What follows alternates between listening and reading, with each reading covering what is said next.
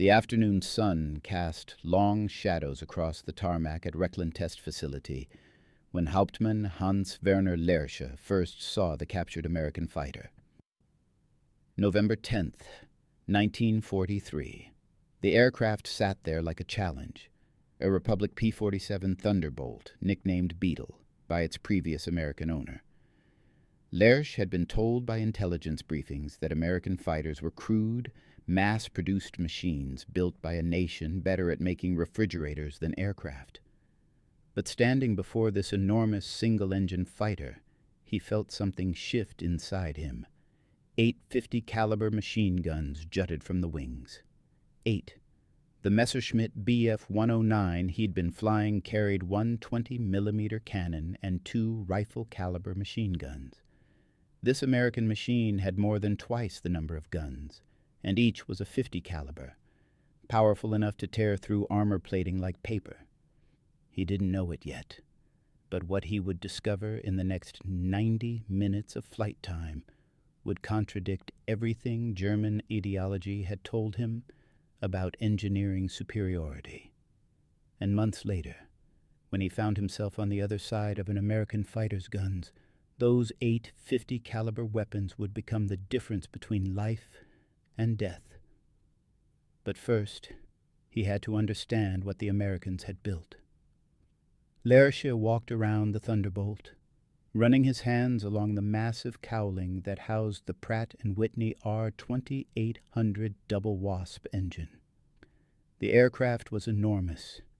At 8 tons fully loaded, it was one of the heaviest fighters in the war.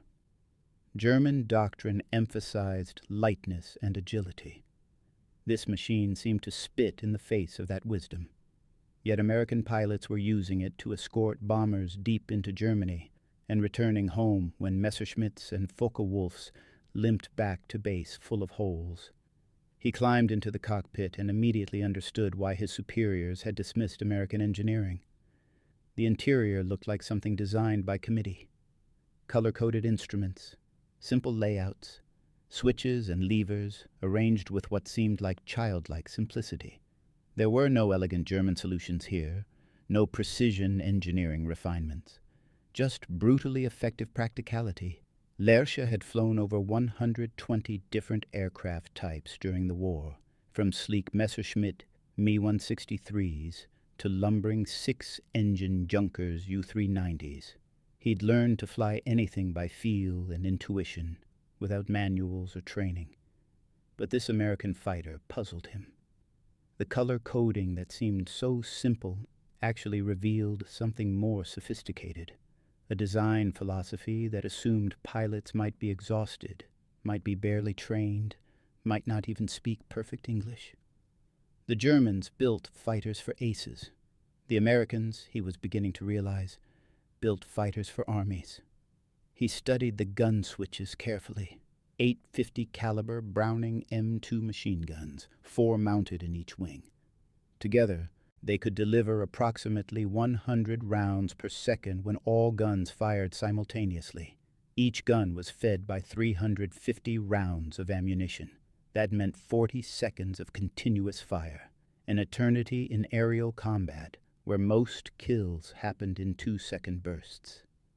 If you're enjoying this deep dive into the story, hit the subscribe button and let us know in the comments from where in the world you are watching from today. The German fighters he knew carried maybe 15 seconds of cannon ammunition if they were lucky. Pilots had to make every shot count. But with 8 guns and 40 seconds of fire, American pilots could spray and pray, could walk their fire across a target, could afford to miss. It was industrial warfare applied to the air, overwhelming firepower that didn't require precision, just persistence. Lersche started the engine and felt the entire airframe shudder with power. The 2,535 horsepower double Wasp roared to life, with a sound fundamentally different from the high-pitched scream of German inline engines. This was deeper, more threatening, the sound of raw American industrial might. He taxied to the runway, going through the pre-flight checks he'd pieced together through observation and intuition. No manual existed for him. The Luftwaffe's intelligence files contained scattered notes from interrogations of captured American pilots, but nothing comprehensive. As he lifted off, the Thunderbolt climbed slowly at first. That massive weight fighting gravity. But at altitude something remarkable happened. The turbocharger kicked in, and suddenly the aircraft came alive.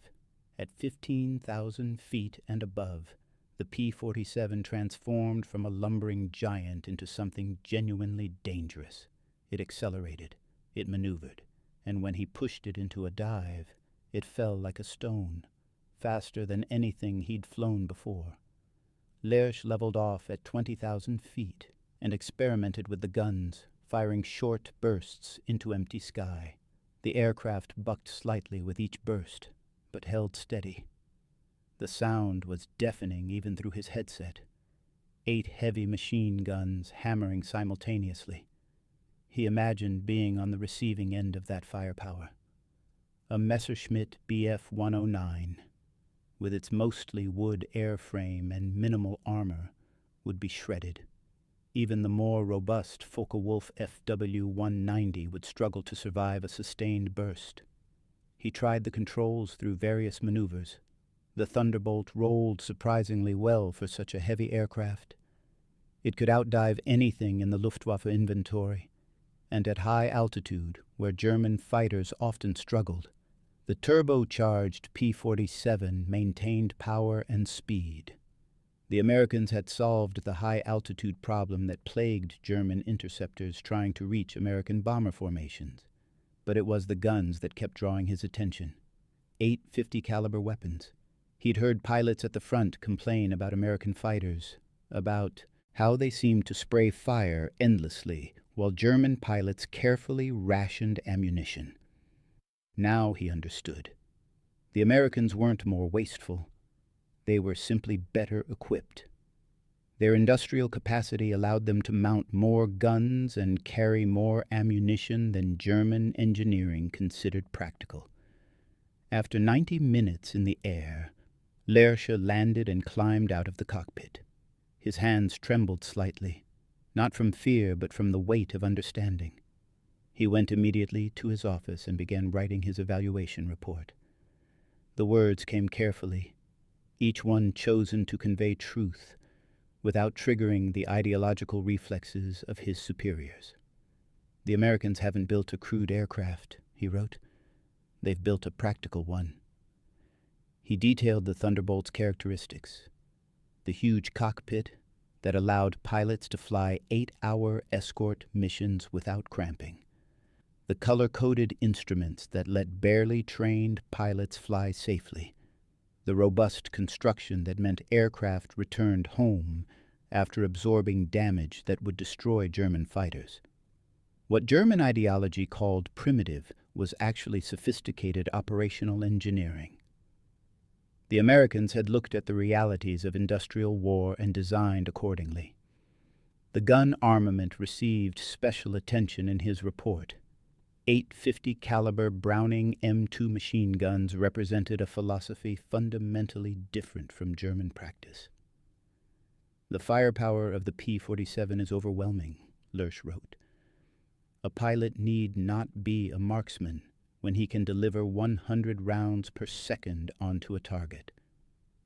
The ammunition capacity ensures he can engage multiple enemies or make several passes at a difficult target." He compared it directly to German fighters. "Our Bf-109 carries superior weapons in theory. The 20mm cannon is more destructive per hit. But the P-47 pilot can afford to miss. He has the ammunition to keep trying. Our pilots must be perfect or go home with empty guns." The report was filed and largely ignored. Lersch's superiors didn't want to hear that American fighters were effective. They certainly didn't want to acknowledge that the crude, mass-produced American approach might actually be superior for the kind of war they were fighting.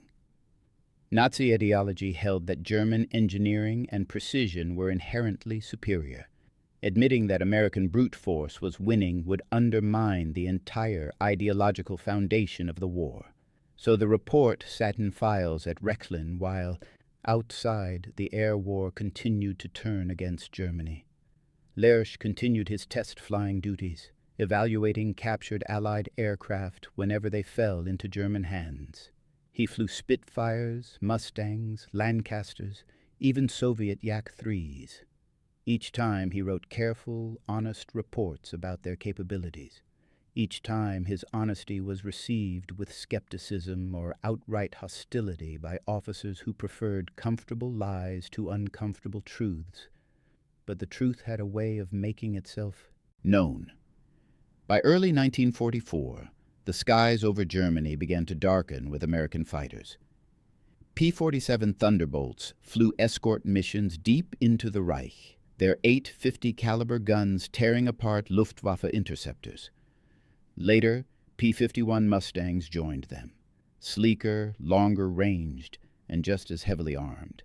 The Americans had solved every technical problem that German engineers said was unsolvable. They'd created fighters that could escort bombers from England to Berlin and back, and they'd armed those fighters with overwhelming firepower that didn't require perfect marksmanship. German pilots at the front began sharing stories that validated everything Lersch had written in his report. Oberleutnant Egon Meyer, a Luftwaffe ace with over 100 kills, encountered American pilot Captain Robert Johnson in June 1943. Meyer attacked Johnson's P-47 from behind, expending his entire ammunition load, every round from his cannon and machine guns. Johnson's Thunderbolt was riddled with holes. The canopy was shattered. The fuselage was torn open. But the massive American fighter kept flying. Meyer pulled alongside in his Focke-Wulf and simply stared in astonishment.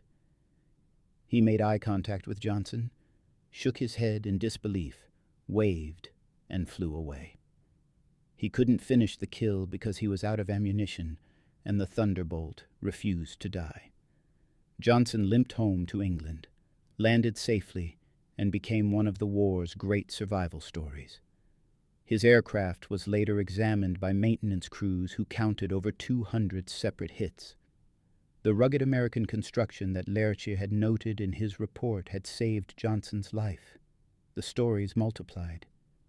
Luftwaffe ace Heinz Baer, who would end the war with over 200 kills, said that the P-47 could absorb an astounding amount of lead and had to be handled very carefully. He wasn't just talking about durability. He was acknowledging that engaging a Thunderbolt meant facing 850 caliber guns that could shred any German fighter in seconds if the American pilot got a clear shot. By mid-1944, captured Luftwaffe pilots being interrogated at Allied facilities began telling American intelligence officers things that would have seemed impossible 2 years earlier.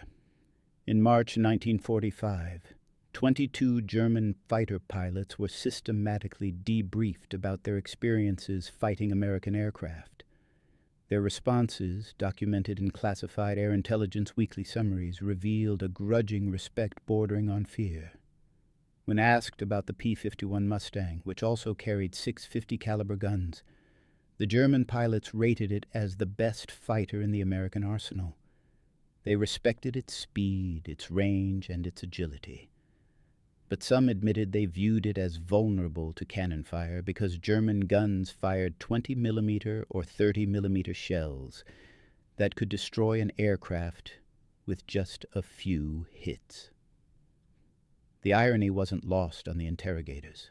The Germans were criticizing American fighters for not being heavily armed enough, even though those fighters carried 6 to 8 50 caliber machine guns. Meanwhile, German fighters typically carried 1 or 2 cannon and a pair of rifle-caliber machine guns. The Americans had so thoroughly shifted the baseline of firepower that German pilots now considered 6 guns inadequate. One veteran Luftwaffe pilot pushed back against his fellow captives during these interrogations. The American 50 caliber machine guns, he argued, were highly effective specifically because they were optimized for air-to-air combat. They offered high volume of fire with deadly accuracy. A pilot didn't need to score a single perfect hit with a cannon shell when he could pour 50 rounds into a target in half a second. The P-47 Thunderbolt pilots particularly benefited from this philosophy. With 8 guns, they could engage enemy fighters at longer range, could afford to fire while maneuvering, could saturate an area with enough bullets that dodging became impossible. German pilots who'd spent their careers carefully managing ammunition suddenly found themselves facing opponents who seemed to have unlimited firepower. During the Battle of the Bulge in December 1944 and January 1945, P-47s operating from hastily prepared forward airfields in France and Belgium provided crucial close air support. Flying at low altitude where German anti-aircraft fire was heaviest, the Thunderbolts used their 850 caliber guns to strafe German columns, destroying tanks, trucks, and artillery positions. The guns that Lersche had studied in November 1943 were now being turned against ground targets with devastating effect. From D-Day until VE Day, Thunderbolt pilots claimed to have destroyed 86,000 railroad cars, 9,000 locomotives, 6,000 armored fighting vehicles, and 68,000 trucks. Whether these figures were precise or inflated by the fog of war, they spoke to one undeniable truth.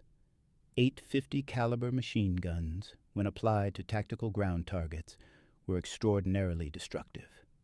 The Germans had based their fighter doctrine on the ACE system, highly skilled pilots flying advanced aircraft, achieving individual kills through superior training and experience. It worked early in the war when Germany held the initiative. But by 1944, that system was collapsing. Training programs had been shortened as fuel and instructors became scarce. New pilots arrived at frontline units with barely enough flight time to stay alive, let alone become aces. The attrition was merciless. America, meanwhile, had built a system assuming pilots would be average. They designed aircraft that didn't require extraordinary skill. They provided overwhelming firepower so that persistence could substitute for precision. They built so many fighters that losing one didn't matter. There would be 3. More behind it tomorrow. By late 1944, this philosophical divide had become a chasm. American pilots might not individually match German aces in skill, but they didn't need to. They had better aircraft, more fuel, more ammunition, and absolute numerical superiority. A German ace with 50 kills might be brilliant, but if he was outnumbered 5-1 by American fighters each carrying 850 caliber guns, his skill became irrelevant. He'd be overwhelmed by sheer firepower before he could leverage his experience. Some German pilots began to refuse missions rather than face the American fighter screens. Others developed elaborate evasion tactics, diving away at the first sight of P-47s or P-51s, using their aircraft's superior roll rate and dive speed to escape rather than engage. The Luftwaffe that had dominated the skies over Europe in 1940 and 41 was, by 1945, reduced to desperate survival. Hans-Werner Lersche continued flying captured Allied aircraft throughout 1944, each test flight adding to his understanding of what Germany faced. He flew captured P-51 Mustangs and marveled at their combination of range, speed, and firepower. He flew B-17 Flying Fortresses and understood why German interceptor pilots called attacking them flying into a meat grinder. Each bomber had 13 50 caliber guns for defense, and formations of 30 bombers could create interlocking fields of fire that shredded attacking fighters. He filed report after report detailing Allied capabilities, always carefully worded to avoid ideological conflicts, but always honest about what he'd discovered. The reports accumulated in Recklin's files, read by a handful of officers who understood the implications but lacked the power to change German production priorities or doctrine. By the time Germany surrendered in May 1945, American industry had produced over 15,600 P-47 Thunderbolts. Germany, across all fighter types combined, had produced approximately 36,000 aircraft in 1944 alone. But by then, German fighters sat grounded for lack of fuel, while American Thunderbolts darkened the skies over what remained of the Reich. The 850 caliber machine guns that had seemed like such a puzzle to Lersch in November 1943 had become the symbol of American air power. Not because they represented superior engineering in the traditional German sense, but because they represented a different kind of thinking entirely, practical, brutal, effective thinking that prioritized results over elegance. In the immediate aftermath of the war, as Allied forces occupied Germany and began cataloging the remains of the Luftwaffe, they found Lersch's reports in the Rechlin archives. American intelligence officers read his evaluation of the P-47 with interest. Here was a German test pilot, a skilled aviator who'd flown virtually every aircraft type. In the war, admitting that American design philosophy was not crude but sophisticated in its pragmatism. The theoretical understanding that Lersch gained from flying the captured Thunderbolt became visceral reality for thousands of German pilots throughout 1944. The 850 caliber guns weren't just numbers on a specification sheet. They were instruments of devastation that fundamentally changed the calculus of aerial combat over Europe. Lieutenant Joseph Priller, a veteran Luftwaffe fighter pilot with over 100 victories, described his first encounter with a formation of P-47 Thunderbolts in early 1944. His Jagdgeschwader had been scrambled to intercept American bombers returning from a raid on Frankfurt. The standard German tactic was to attack bomber formations from head-on, closing at combined speeds exceeding 500 miles per hour, firing a quick burst from cannons, then diving away before the bombers' defensive guns could track effectively. But this time, before they could reach the bombers, they ran into the escort fighters. They came at us from above and behind, Priller later told interrogators. I counted perhaps 30 P-47s diving on our formation of 16 fighters. I called to break formation, but it was too late. The first Thunderbolt opened fire from perhaps 400 meters, far beyond the effective range where I would have fired. But with 8 machine guns, he didn't need precision. The tracers looked like a river of fire. My wingman's aircraft simply exploded. One moment he was there, the next moment there was only debris. Priller had survived the war's early years through skill and aggression. He'd learned to judge exactly when to fire his 20-millimeter cannon to maximize the destructive effect of each precious shell.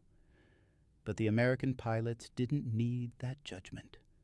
They could open fire early, walk their fire into the target, and sustain their attack for seconds, rather than fractions of seconds.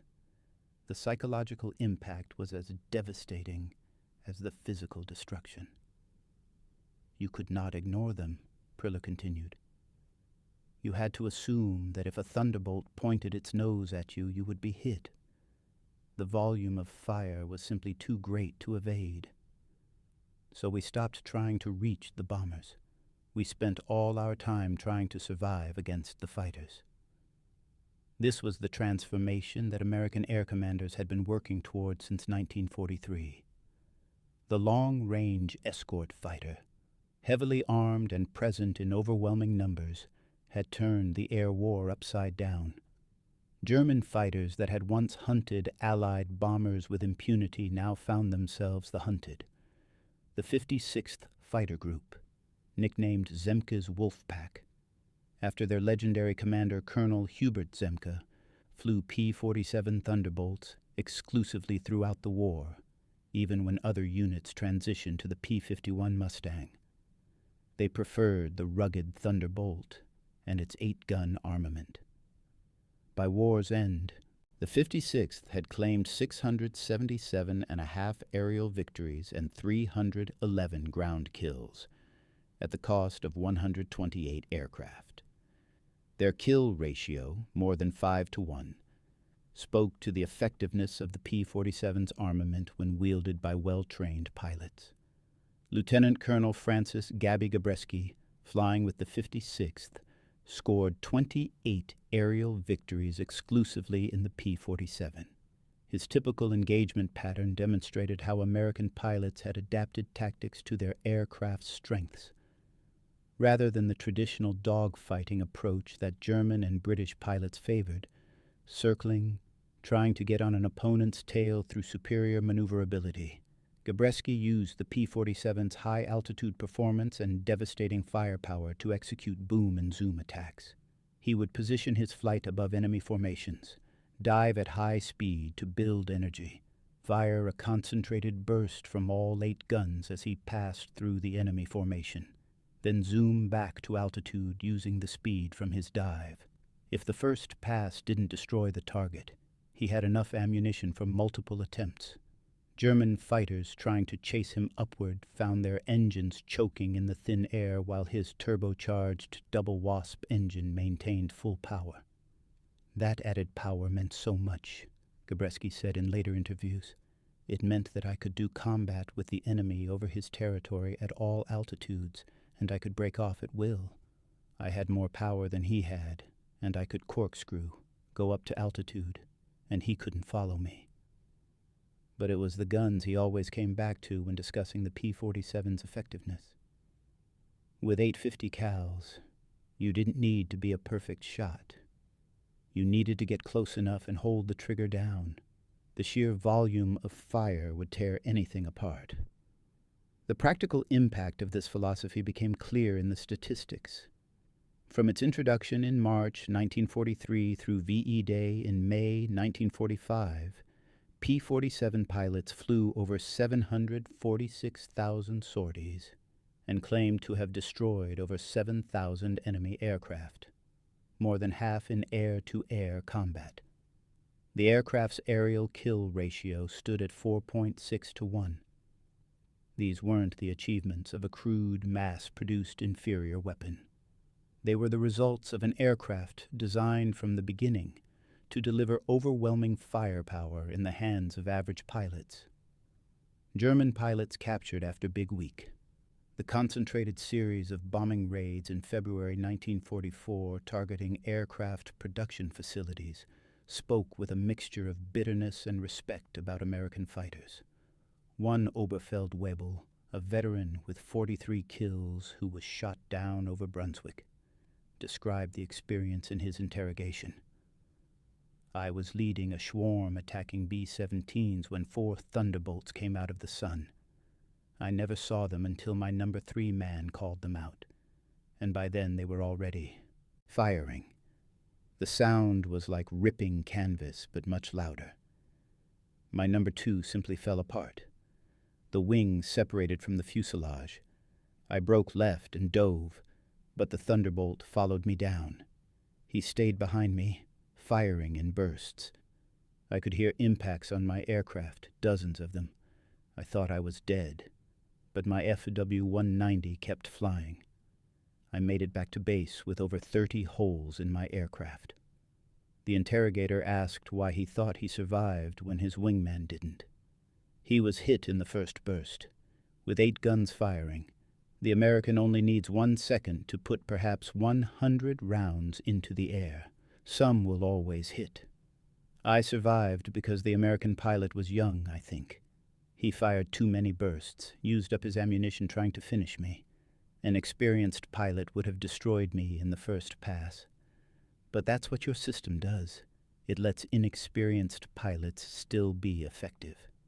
Our system requires aces, and we're running out of those. That final observation cut to the heart of the strategic difference between German and American approaches. By late 1944, the Luftwaffe's training pipeline had collapsed. New pilots arrived at frontline units with as little as 50 hours of total flight time, barely enough to keep the aircraft in the air, let alone survive combat. American pilots, by contrast, received over 200 hours of training before arriving in theater, and their aircraft's design compensated for their inexperience with overwhelming firepower. The interrogation records from March 1945, when 22 captured Luftwaffe pilots were systematically debriefed, revealed the full extent of German recognition of American air superiority. These weren't young, inexperienced pilots. Many were veterans with dozens of kills. And their assessment of American fighters, particularly regarding armament, showed how thoroughly the 8-gun philosophy had dominated the air war. When asked specifically about the P-47's firepower, one Hauptmann with 67 kills responded, "The Thunderbolt's guns are its most dangerous feature. Not because each gun is particularly powerful. Our 20mm and 30mm cannons are more destructive per hit, but because the American pilot can fire continuously and still have ammunition remaining. In a turning fight, if he gets behind you even for a moment, you're finished. The stream of bullets is simply too dense to evade." Another pilot, younger with only 11 kills before being shot down, added a different perspective. "I was taught to aim carefully, to get close, to make every shell count. But the Americans don't seem to need that training. They point their aircraft toward you and pull the trigger. With 8 guns, enough bullets hit even if most miss. It's not fair, but war isn't fair." That last comment, "it's not fair," spoke volumes about the psychological impact of facing superior firepower. German ideology had promised technological superiority, elite training, and racial advantage. The reality they encountered was simpler and more brutal. American industrial capacity translated into more aircraft carrying more guns with more ammunition. Skill mattered, but volume of fire mattered more. If you find this story engaging, please take a moment to subscribe and enable notifications. It helps us continue producing in-depth content like this. The most dramatic demonstration of the P-47's survivability combined with its firepower came from Captain Robert Johnson's experience in June 1943. Johnson, flying with the 56th Fighter Group, was escorting bombers over France when he was attacked by Oberleutnant Egon Meyer, one of Germany's top aces with over 100 victories to his name.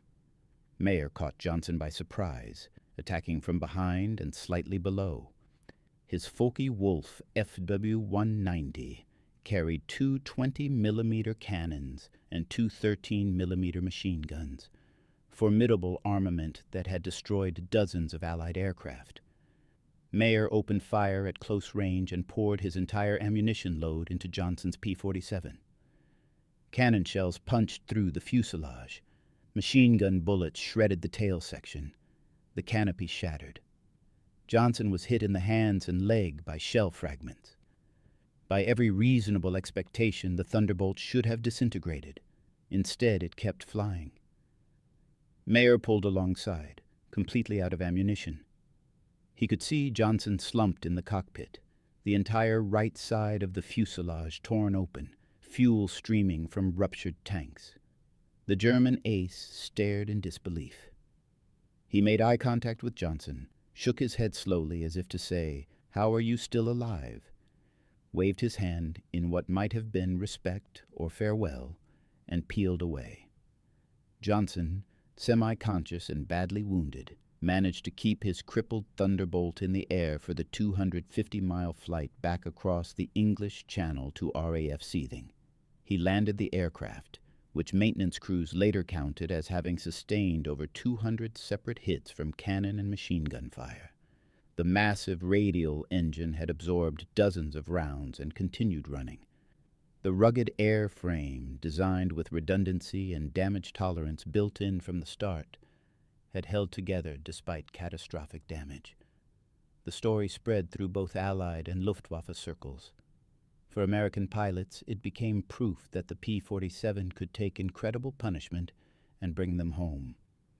For German pilots, it became a cautionary tale about American aircraft toughness. But there was another lesson embedded in the story. If their positions had been reversed, if Johnson had gotten behind Meyer with 8 50-caliber guns fully loaded, the outcome would have been very different. A Focke-Wulf Fw-190, for all its qualities, could not survive the kind of sustained fire that the P-47 had endured. The German fighter's lighter construction, while giving it advantages in maneuverability, meant it was more vulnerable to battle damage. And with 8 guns firing approximately 100 rounds per second, a P-47 pilot didn't need Mayer's marksmanship to destroy a target. He just needed to keep his nose pointed in the right general direction for 2 or 3 seconds. This asymmetry, American fighters that were both heavily armed and heavily armored versus German fighters that were lightly built and conservatively armed, defined the air war's final years. German pilots developed elaborate tactics to minimize exposure to American guns.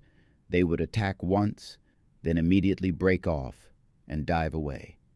They would refuse engagements unless they had significant altitude or numerical advantage. They would target stragglers and damaged aircraft rather than risk combat with fighter escorts.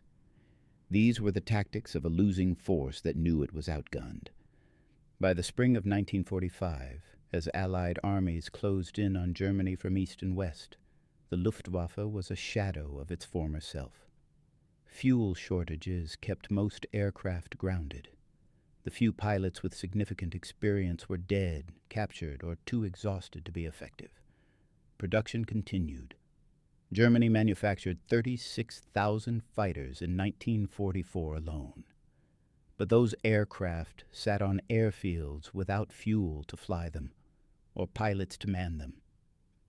American fighters ranged freely over Germany, strafing anything that moved. The 850 caliber guns that had proved so effective in air combat turned out to be equally devastating against ground targets. Trains, trucks, tanks, artillery positions all fell victim to P-47s and P-51s flying at low altitude, their pilots no longer worried about significant German fighter opposition. Hans Werner Lersche, the test pilot who had been among the first Germans to truly understand American fighter capabilities, continued his duties at Rechlin until the facility was overrun by advancing Soviet forces in April 1945. His carefully written reports documenting Allied aircraft capabilities with scientific precision were captured and eventually made their way to American and British intelligence services. After the war, Allied interrogators sought out Lersche specifically. His reputation as an honest, skilled test pilot who had flown virtually every aircraft type made him valuable. They asked him about German aircraft development, about production capabilities, about the Luftwaffe's strengths and weaknesses. But they were particularly interested in his assessments of Allied aircraft. Lersche told them about flying the P-47 Thunderbolt in November 1943, about his report that had been filed and ignored. "I wrote that Americans hadn't built a crude aircraft. They'd built a practical one," he explained. "Your 50 caliber guns seemed excessive to German engineering standards. We thought, why mount 8 guns when 3 or 4 would be sufficient? But we were thinking about the wrong problem. We were designing fighters for aces. You were designing fighters for everyone. And in a war of attrition, that difference decided everything." The interrogators asked if there was a point when he realized Germany would lose the air war. "After I flew your Thunderbolt," Lersche replied without hesitation. "Before that, I believed our propaganda about German superiority. After that, I understood that you had more of everything. More guns, more ammunition, more aircraft, more pilots, more fuel. Quality matters, but only to a point. Beyond that point, quantity becomes its own quality. 850 caliber machine guns represented that principle perfectly. Each gun was good. 8 together were overwhelming. And you had thousands of aircraft carrying 8 guns each. We never had an answer for that mathematics." The transformation in thinking that Lersche described, from believing in German technological superiority to understanding American quantitative dominance, was repeated thousands of times among German pilots who survived long enough to be captured. The 850 caliber machine guns became a symbol of this transformation, a concrete example of how American philosophy differed fundamentally from German doctrine. Major General Adolf Galland, who served as general of the fighter arm from November 1941 until January 1945, experienced this transformation at the highest levels of Luftwaffe command. Galland was no stranger to air combat.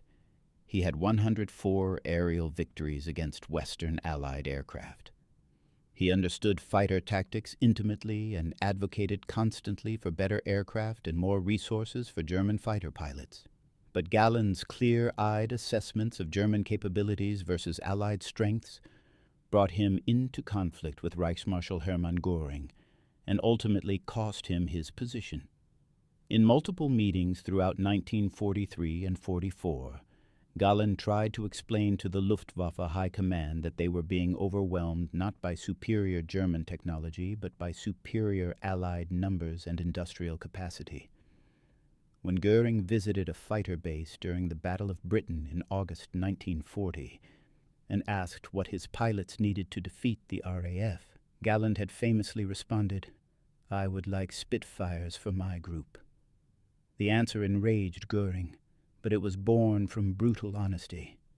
Galland recognized that British fighters, while not necessarily superior in every category, were present in sufficient numbers and adequately armed to defeat German attacks. He wanted his pilots to have equivalent or better equipment, but German production couldn't match British output. By 1944, that production gap had become a chasm. American P-47s and P-51s filled the skies over Germany. Each carried 6 to 8 50 caliber guns. Each was supported by an industrial base that could replace losses faster than German pilots could inflict them. Galland understood the mathematics but couldn't convince his superiors to accept the implications. In January 1945, Galland's constant criticism of Luftwaffe leadership led to the so-called fighter pilots' revolt. Senior fighter commanders, led by Günther Lützow and supported by Galland, confronted Göring with demands for better leadership and more realistic tactics. The revolt failed. Several officers were relieved of command or threatened with court-martial. Galland himself was placed under house arrest. But rather than execute or imprison one of Germany's most famous aces, the leadership gave Galland permission to form an elite jet fighter unit, Jagdverband 44, equipped with the revolutionary Messerschmitt Me-262. This jet fighter represented Germany's last hope for technological superiority. It was faster than any Allied aircraft, could climb to 30,000 feet in 7 minutes, and mounted 4 30-millimeter cannons capable of destroying a bomber with a single burst.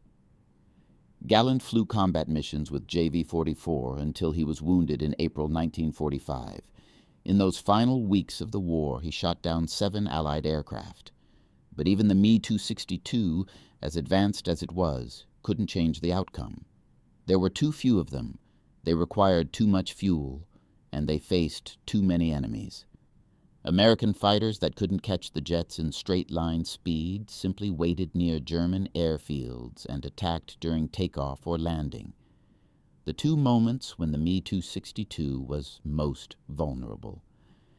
When Galland was captured by American forces in May 1945, he proved remarkably forthcoming in interrogations. His post-war interviews provided Allied intelligence with invaluable insights into German tactics, strategy, and technological development. But perhaps his most important contribution was his honest assessment of why Germany lost the air war. "We were fighting the wrong war," Galland told his interrogators. "We designed aircraft for individual combat. One pilot, one aircraft, achieving kills through superior skill and technology. You designed aircraft for industrial warfare. Many pilots, many aircraft, achieving victory through sustained pressure and overwhelming force. Your 850 caliber guns embodied that philosophy. They weren't elegant. They weren't the most powerful weapons available, but they were reliable, mass-producible, and effective when multiplied by thousands of aircraft. The interrogators pressed him on whether better German aircraft could have changed the outcome. Gallen's response was telling. Better aircraft would have prolonged the war, nothing more. By 1944, you could afford to lose 3 fighters for every one of ours and still win because you built 6 more the next day. We couldn't replace our losses. We couldn't train new pilots fast enough. We couldn't produce enough fuel.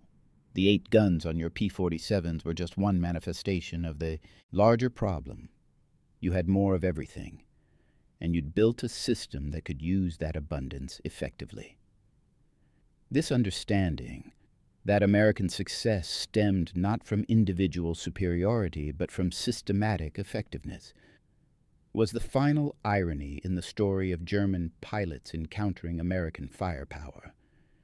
They'd been taught that German precision engineering was inherently superior to American mass production. They'd been told that one German pilot was worth 5 Allied pilots. They'd believed that technological advancement would ensure victory. The reality they encountered shattered all those assumptions. American fighters weren't crude. They were pragmatically designed to be built quickly, flown by average pilots, and maintained under field conditions. The 850 caliber guns weren't excessive. They were appropriately scaled for the kind of war America was fighting. The mass production wasn't a sign of weakness. It was the ultimate strategic advantage. Lieutenant Colonel Hubert Zemke, commander of the 56th Fighter Group, experienced both sides of this equation. He'd led Zemke's Wolf Pack to become the highest-scoring fighter unit in the 8th Air Force, flying P-47 Thunderbolts against Luftwaffe fighters over Germany. In October 1944, with over 450 combat sorties and 17.5 kills to his credit, Zemke was due for rotation back to the United States. He insisted on flying a few more missions. On October 31st, he flew into a severe storm near Hanover. The turbulence tore his P-51 Mustang apart in midair, forcing him to bail out. He was captured by German forces and sent to the Luftwaffe's interrogation center at Oberösel, where he met Hans Scharf, the famous master interrogator. Scharf greeted Zemke warmly, having followed his career through intelligence reports and captured American pilots' testimony. The interrogation was conducted more like a conversation between professional airmen than a hostile encounter. Scharf already knew most of what Zemke could have told him. The Luftwaffe maintained detailed files on every American fighter unit, tracking commanders, tactics, and aircraft specifications. What Scharf wanted to understand was more subtle. How did the Americans build such an effective air force so quickly? How did they train pilots to be competent so rapidly? How did they maintain such high morale despite significant losses? Zemke, who had no illusions about German intelligence capabilities, spoke honestly. "We built a system that didn't depend on exceptional individuals," he explained. "Our aircraft are designed to be forgiving. Our tactics emphasize teamwork over individual glory. Our training focuses on fundamentals that keep pilots alive long enough to gain experience. And our firepower, 850 caliber guns on a P-47, means that even a mediocre pilot can be dangerous." Scharf nodded. "We've noticed that your replacement pilots seem to survive." "Longer than ours. Your losses remain steady rather than increasing as experienced pilots are killed. Is this because of the aircraft or the training?" "Both," Zemke answered. "A P-47 can take damage that would destroy a Bf-109 and still fly home. That gives new pilots a margin of error. The 8 guns mean they can engage enemy fighters without perfect marksmanship. They spray fire and enough hits connect. It's not beautiful flying, but it's effective. And in war, effective is all that matters." This conversation, taking place in a German interrogation room in late 1944, captured the essential truth about American fighter doctrine. The 850 caliber guns that had seemed so puzzling to Hans Werner Lersche when he first examined the captured P-47 in November 1943 were actually the centerpiece of a comprehensive philosophy. Build reliable aircraft in large numbers, arm them with overwhelming firepower, train adequate pilots in sufficient quantity, and sustain operations through industrial logistics. Individual brilliance was welcome but not required. The system would produce victory through persistence and weight of numbers. 4 German pilots raised in a tradition that celebrated aces and individual achievement, this American approach seemed almost insulting. Where was the artistry? Where was the skill? Where was the honor in overwhelming opponents with superior resources rather than superior ability? But war, as Zemke noted, cared only about effectiveness. The 850 caliber guns on American fighters were effective. Multiplied by thousands of aircraft, they were decisive. The final proof came in the statistics compiled after the war ended. American P-47 Thunderbolts flew 746,000 sorties, achieved a kill ratio of 4.6 to 1, and suffered relatively low loss rates despite operating deep over enemy territory. American P-51 Mustangs with 650 caliber guns achieved even more dramatic results, establishing air superiority over Germany by early 1945 and ranging freely over enemy territory until the end of the war. German fighter pilots claimed approximately 70,000 aerial victories during World War II, an impressive total that spoke to their skill and aggression. But against American and British forces alone, they achieved only about 25,000 of those victories. The rest came on the Eastern Front against Soviet aircraft. And even that impressive total couldn't prevent Germany's defeat in the air. By the time the war ended, the Luftwaffe had been reduced to scattered remnants, unable to contest Allied air superiority.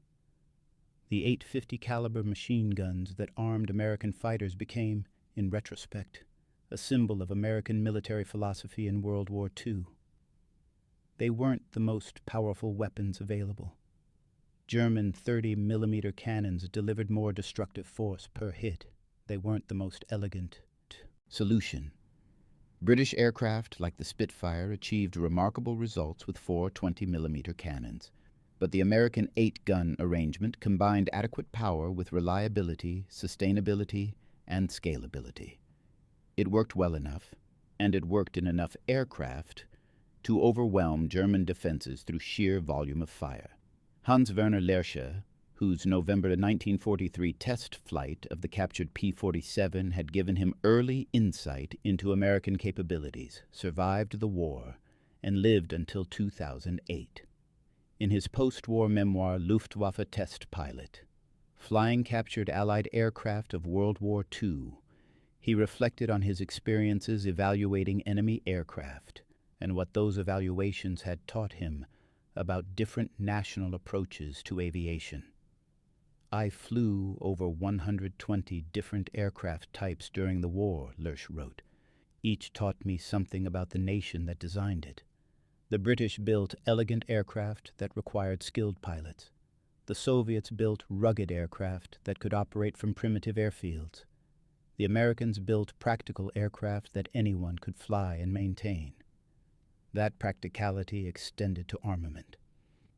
850 caliber guns seemed excessive by German standards, but it made perfect sense for an air force that needed to equip thousands of aircraft and tens of thousands of pilots. The American approach won not because it was theoretically superior, but because it was practically achievable at scale. This understanding, that German pursuit of engineering perfection had blinded them to the practical requirements of industrial warfare, came too late to affect the war's outcome. But it shaped post-war thinking about military aviation, tactics, and doctrine. The lessons learned from encountering American fighter firepower influenced how future aircraft would be designed, how pilots would be trained, and how air forces would be organized. The story of German pilots encountering American fighters with 8 .50 caliber guns is ultimately a story about the collision between two philosophies. German doctrine emphasized quality, individual skill, and technological excellence. American doctrine emphasized quantity, systematic effectiveness, and industrial sustainability. Both approaches had merit, but in the specific context of World War II, a prolonged industrial conflict that rewarded endurance and production capacity, the American approach proved superior. For the individual German pilots who faced those 8 guns in combat, the experience was often terrifying and transformative. They'd been taught to believe in German superiority. They encountered overwhelming firepower that shattered that belief. Those who survived and were captured, like the 22 pilots interrogated in March 1945, provided honest assessments of American capabilities that contradicted everything Nazi propaganda had told them. Those who survived to the war's end carried those memories forward. They'd seen their comrades blown apart by streams of .50 caliber fire. They'd watched American fighters dominate the skies over Germany. They'd witnessed the collapse of the Luftwaffe, not through lack of courage or skill, but through simple exhaustion in the face of numerically and materially superior forces. The 8 .50 caliber machine guns on American fighters, whether P-47 Thunderbolts, P-51 Mustangs, or any of the other aircraft that carried them, became part of the historical record not because they represented breakthrough technology, but because they represented American military-industrial philosophy applied successfully to aerial warfare. They were good enough, reliable enough, and present in sufficient quantity to achieve victory. In the final analysis, that was all that mattered. Adolf Galland, reflecting on the war years later, perhaps said it best. Germany builds fighters for aces. America builds fighters for armies. And in total war, that difference is decisive. The 8 guns proved him right. Thank you for watching. For more detailed historical breakdowns, check out the other videos on your screen now and don't forget to subscribe.